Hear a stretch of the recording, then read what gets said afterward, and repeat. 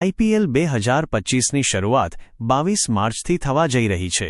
આ વખતે આઈપીએલમાં અનેક ફેરફાર જોવા મળશે તેમજ લીગના નવા નિયમોની એન્ટ્રી પણ થઈ રહી છે। આ સિવાય 2 ખેલાડીઓ પ્રથમ વખત કેપ્ટન લીગનો ભાગ બનશે।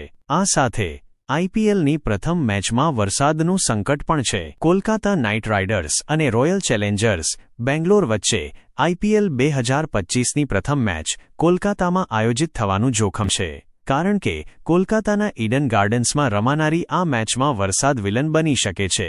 આવી સ્થિતિમાં ચાહકનો આનંદ બગડી શકે છે। આઈપીએલની 18મી સિઝનની પ્રથમમાં વરસાદ પડી શકે છે। એક્યુવેધરના રિપોર્ટ અનુસાર શનિવારે વરસાદની 90% શક્યતા છે।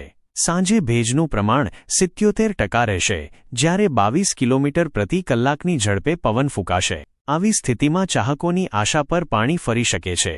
ઓપનિંગ મેચ પહેલા ભવ્ય ઉદ્ઘાટન સમારોહનું આયોજન કરવામાં આવ્યું છે।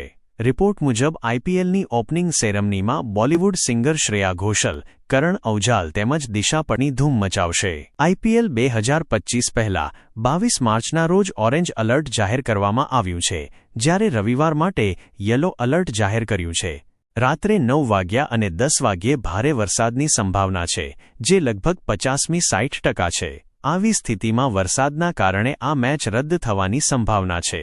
જો આ મેચ દરમિયાન તાપમાનની વાત કરીએ તો તે લગભગ 23મી 25 ડિગ્રી સેલ્સિયસ હોઈ શકે છે, જ્યારે પવનની ગતિ 22 કિલોમીટર પ્રતિ કલાકની રહેશે। આ વર્ષે 10 ટીમ વચ્ચે 13 સ્થળો પર 65 દિવસમાં કુલ 74 મેચ રમાશે। આઈપીએલમાં કુલ 12 ડબલ હેડર મેચ રમાશે। ડબલ હેડરની પ્રથમ મેચ બપોરના 3 કલાકે અને બીજી મેચ સાંજે 7 વાગ્યે